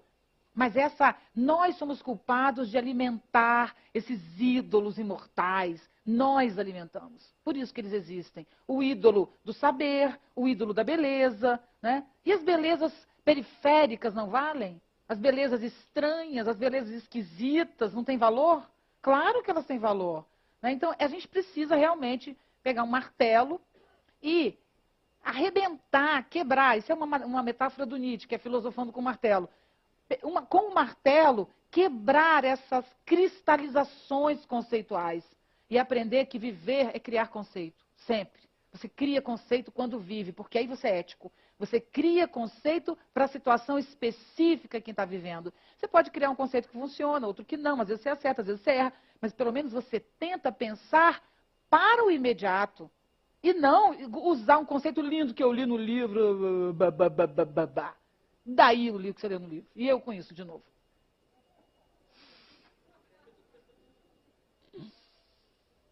Isso é uma forma engraçada, gente, sabe por quê? Uma coisa que nos... Olha, eu vou falar um bastidor que é engraçado. Isso nos ajuda muito, sabe por quê? Eu posso falar qualquer coisa, ninguém vai me criticar. Porque eu digo, que bom, vocês não sabem mais que eu. Estou falando sério, é muito alegre, a gente pode se ousar, porque qual é o problema de errar? A gente erra mesmo, eu erro o tempo inteiro, entende? Não tem problema nenhum em errar. Agora, admita que o erro pode ser transformado em alguma coisa extremamente interessante. E mais, se você pensar bem, foram os erros que te trouxeram até aqui. Aqui no sentido do melhor, do seu melhor. Né? Por que não errar? Boa noite. Aqui. Sim. Tudo bem? Tudo. Eu sou o Marco, sou da equipe do site da CPFL Cultura e nós transmitimos todas as semanas os eventos que acontecem em São Paulo e em Campinas. Gostaria, inclusive, de convidar todos para acessar cpflcultura.com.br e conferir a programação, porque realmente vale a pena. Em primeiro lugar, parabéns, a sua fala Obrigada. é transformadora, muito empolgante mesmo, e inclusive nós temos um bate-papo, uma sala virtual, e o pessoal está super movimentado, discutindo muito. Inclusive o Lucas Castro está em Belo Deixa eu falar Horizonte. só uma frase antes. Está vendo, gente, que lindo isso? Brincadeira, né? Isso é maravilhoso. Muito obrigada pela sua presença e por trazer o mundo inteiro para cá. A gente abriu a porta agora do mundo. Por favor, continue.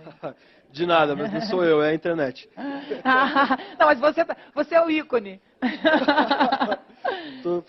Fico lisonjeado, obrigado. Então, o Lucas Castro, ele não está tão longe, está aqui em Belo Horizonte, no estado vizinho, e ele quer saber a sua opinião sobre o homeschooling, ou o ensino em casa. A família precisa ou não voltar para dentro das escolas, e também como a escola pode invadir o ambiente doméstico? Ótima pergunta, isso eu deveria ter falado e pulei. Como é o nome dele? Lucas, muito obrigada. A gente vive um problema complicado na relação da família com a escola. Por quê? Porque a família, ela terceirizou a educação dos filhos. Né? E não estou também criticando a família, não. Eu não gosto de culpados, entende? Que a família, não é isso. Mas, em função de uma infinidade de coisas, os pais têm que sair para trabalhar, ficam fora o dia inteiro, não tem como se dedicar às crianças como se dedicava antigamente. E mais, antigamente vocês trabalhavam num horário, né, fixo. Hoje você trabalha mais, porque ou você tem um número enorme de horas no trânsito, as cidades crescendo, inchando. Além disso, você leva o laptop para casa ou vai para o computador, trabalha de noite em casa no computador, né? Então, isso é muito angustiante para os pais. O que acontece? Os pais têm pouco tempo. Então, o que os pais falam? Por exemplo, um pai chega para a professora chama o pai na escola porque estava com problemas com a criança e queria conversar com o pai. Aí o pai ouve e no final ele diz, se a criança está agindo assim, é culpa sua, eu pago R$2.000 por mês para essa escola, você resolva. Isso é real, essa frase, não é brincadeira. Então, o que acontece é que educar não é papel da escola. A escola é papel de produção de conhecimento e de saber. Produção, eu falei, não absorção. A escola é um lugar de criação, de estímulo de conhecimento. A escola também é um lugar de convívio social, porque as crianças aprendem a conviver umas com as outras. Então é fundamental o convívio na escola. Mas educar diz respeito, antes de tudo, à família e depois à sociedade como um todo. Todo mundo tem que participar desse processo. Então, o que é educar? Educar é trabalhar a formação humana. E a formação humana envolve a arte, envolve a ciência, envolve o afeto, envolve todas as dimensões que um ser humano tem. Então, o que está acontecendo hoje de interessante nesse processo? É que algumas famílias estão retomando esse papel e estão fazendo exatamente o quê? Tirando os filhos da escola e educando em casa. Isso na França é comum, né? Em alguns países é comum, mas na França é comum. Muitos pais. No Brasil hoje você não pode fazer isso, porque legalmente o seu filho é obrigado a estar na escola. Até onde eu sei. Se alguém tiver um outro dado, me corrija. Mas você é processado legalmente se você não coloca o seu filho na escola. Não sei se essa experiência tem existido no Brasil, da criança estudar com os pais. Mas eu acho que é extremamente benéfica. Acho que os pais que podem fazer isso e que se acham capazes de fazer isso, eles podem fazer. Benéfica que eu digo não é para virar moda, tipo, agora o mais legal é estudar em casa. Não é isso. O estudar em casa tem um problema, que é exatamente essa convivência que é tão bacana. Então, se o pai consegue administrar muito bem seu tempo e o conteúdo, ele não consegue construir em casa aquele clima competitivo da escola que é interessante. Por que é interessante? Porque esse é o clima que existe na sociedade como um todo. Né? Então, uma boa escola ela vai tratar essa competição de uma forma ética, ela vai administrar isso bem. Né? Mas a família, sem dúvida nenhuma, precisa rever, né, essa relação. E só mais uma coisinha sobre isso, é que a gente aprende estimulado, né? O afeto é fundamental no aprendizado, né? Então a participação da família é fundamental exatamente nesse afeto, além de tudo.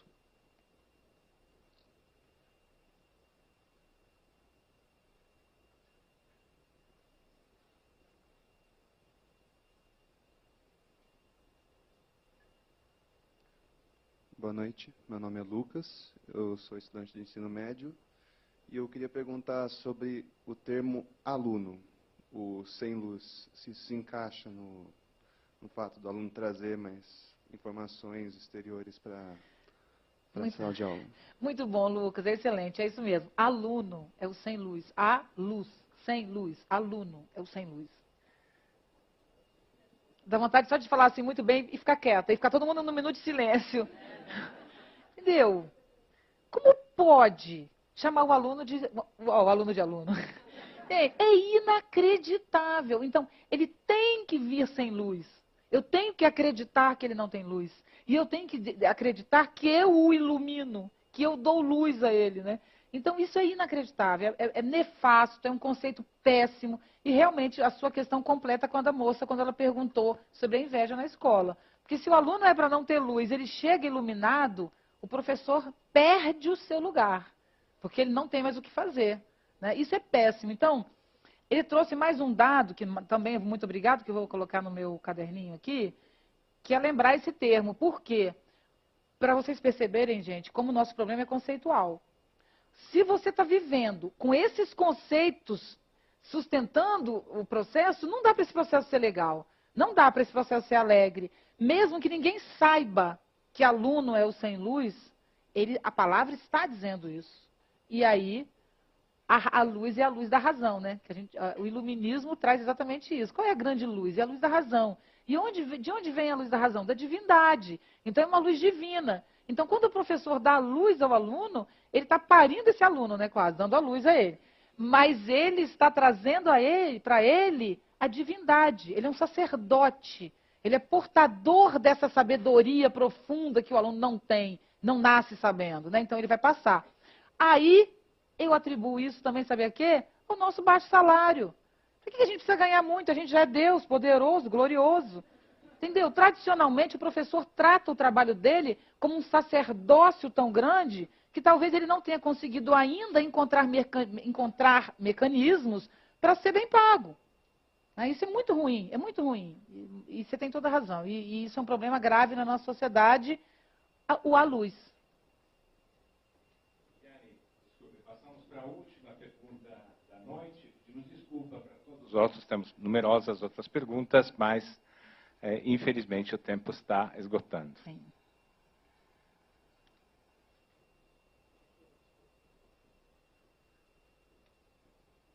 Oi, Viviane, aqui. Cadê?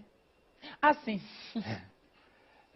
Meu nome é Pedro, eu fui engenheiro aí, profissional, e eu sempre discuti em casa lá com a minha família, com meus filhos, que uma coisa que eu achava importante na escola, desde sempre, era o estudo da filosofia, desde o comecinho, de alguma forma. Eu achava que devia ter alguma forma de você incutir a filosofia desde lá do pré-primário, sei lá o quê. Porque eu acho que ajuda no senso crítico, ajuda você a pensar, né? Vai na direção do que você está dizendo. Mas sempre houve vozes contrárias, né? Dizendo que é muito difícil formar um professor para dar filosofia no pré-primário, no primário e tal. Eu queria saber como que você vê essa questão, se ela é possível, se ela é importante. E outra coisa é que eu percebi aí no seu discurso que você falou em vários, ou em alguns conceitos que tem a ver com o budismo, que eu tenho lido muito aí ultimamente. Falou na impermanência das coisas, falou na ligação de todo mundo, falou na importância do vazio para ser preenchido com coisas melhores. Você tem tido contato com o budismo ou com alguma coisa do Oriente? Vou começar pela segunda parte. Sem dúvida nenhuma isso tem a ver com o budismo, tem a ver com o pensamento chinês também, com o I Ching, isso tem a ver com o pensamento pré-socrático, com Heráclito, isso tem a ver com os índios, isso só não tem a ver com a racionalidade ocidental. Então, na verdade, a gente pode destacar a racionalidade ocidental como exceção. A maioria das culturas, eu não vou dizer todas, porque imagina quem pode dizer todas, mas, assim, fora a invenção socrático-platônica que aconteceu no século V a.C., e que criou um modelo de pensamento e de estrutura que nos forma e nos constrói, todo o restante pensa o todo, pensa o vazio. Mas eu gosto muito do Zen budismo, especialmente, sim. Gosto, conheço, porque o Zen budismo ele é apenas uma prática e é extremamente interessante. Tenho o maior carinho pelo Zen budismo. Mas ele diz respeito, sim, a todos os pensamentos, com exceção dessa racionalidade que se estabeleceu. E qual é a razão dessa racionalidade socrático-platônica ter se estabelecido como modelo não só ocidental, mas inclusive oriental, né? Porque hoje até o Oriente estabelece. É porque o modelo racional é um modelo de dominação, é um modelo de controle. Então, quando o homem não tinha ainda microscópio e telescópio, ele achava que ele poderia controlar o mundo, porque ele achava que o mundo era aquela coisinha ali ao redor, né? Não tinha nem outros continentes, o homem não achava nem que existissem outros continentes, era só o que ele conhecia, as navegações que trouxeram os continentes. Então, quando o homem achava que o mundo era pequeno, ele achava que podia dominá-lo. Hoje, outro fator de transformação nos valores aqui são as transformações da tecnologia no sentido científico, que é com os grandes telescópios e as galáxias e o infinitamente pequeno, nós percebemos que dominar é impossível. Então, O modelo lógico-racional está desabando. Por isso que o mundo está em crise. É porque o modelo lógico-racional acabou. É impossível. Hoje você vê o presidente de uma empresa estudando zen budismo. Né? Então, essa é a realidade. Ou poesia ou filosofia. Então, completando com a filosofia, que é o início da sua pergunta, concordo plenamente com você. A academia não quer liberar a filosofia, porque ela diz que ninguém... Como? Porque a filosofia é para adultos, não é para crianças. Existe uma discussão sobre isso. Mas, na verdade, é problema de gueto e relação de poder. Né? Porque a filosofia é para todos. E crianças têm muito mais uma reflexão ampla do que os adultos. Então, é um absurdo dizer isso. Eu, no momento, estou escrevendo uma série de livros didáticos que começa no 2º ano até o 9º. Então, as crianças com 7 anos até 14 anos. E o tema desses livros é diversidade, né? Que é um dos temas transversais da educação. Óbvio que, ao falar de diversidade, eu estou falando de tudo isso que eu falei para vocês aqui. Então, o que eu estou tratando nesses livros? De filosofia, obviamente. Da possibilidade. O que eu estou tratando? Por que eu adorei o tema e escolhi? Não, aceitei a proposta de escrever esses livros. Por quê? O que é discutir diversidade com as crianças? Não é mostrar para ela... aceite o negro, afirme a criança que... Não é isso. As deficiências um por um, não é isso. Falar de diversidade é criar um pensamento diverso, é mudar a perspectiva. Né? E isso, para mim, é uma alegria. Eu ainda não terminei, o ano que vem eles já vão estar prontos, até o final do ano a gente termina, pelo menos os 4 primeiros. Eu tenho certeza que qualquer adulto vai gostar desse livro.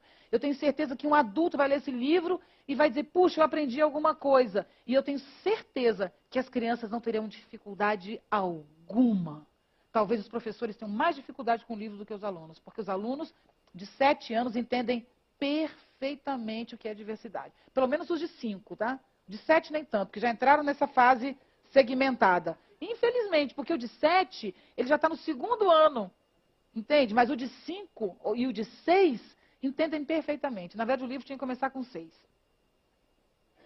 E desculpa, mais um pedacinho só, desculpa, mas é importante. Hoje, a filosofia está no ensino médio, né? Como lei. A filosofia no ensino médio, como disciplina, é mais um segmento. Não serve para nada. Não estou criticando o fato dela ter voltado. Acho que foi ótimo ela ter voltado. Agora, não é tirar. Ainda bem, parabéns pela lei, que bom que voltou. Não é isso. Agora, nós, professores de filosofia, temos que tirar a filosofia dos 50 minutos. Não é possível que a gente vá aceitar isso. Né? Então, acho que os professores têm que rever essa coisa dos 50 minutos. Ninguém tem que ter 50 minutos, principalmente a filosofia.